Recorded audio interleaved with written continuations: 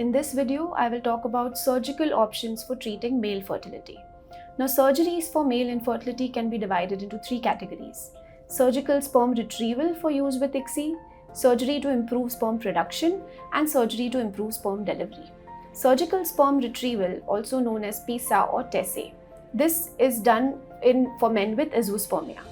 Now, azoospermia refers to the absence of sperm in the ejaculate or zero sperm count.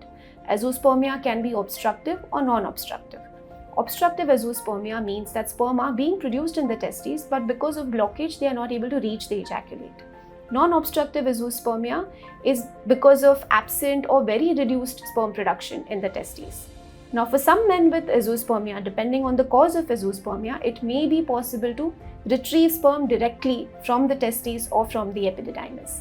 Now, PISA is known as percutaneous sperm aspiration. In this, a fine needle is used to aspirate fluid from the epididymis, and if sperm are found, those sperm can be used in an ICSI cycle.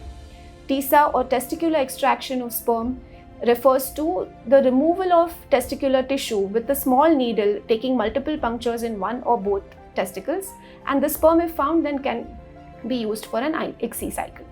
The second is surgery to improve sperm production or varicocele ligation. Now, varicocele means the abnormal enlargement and dilatation of veins in the scrotum. Varicocele is known to be an important cause of reduced fertility in men. We do see men with varicoceles having low count, low motility, or poor morphology. It is very important to understand that there is no evidence that doing a varicocele ligation or a varicocele surgery will definitely improve sperm counts.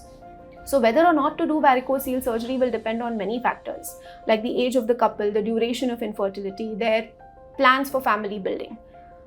The third surgery for men is surgery to improve sperm delivery. Now, some men have obstructions or some men have undergone a vasectomy. So for such men, microsurgery can be used to try to release the obstruction so that sperm can eventually reach the ejaculate. Thank you.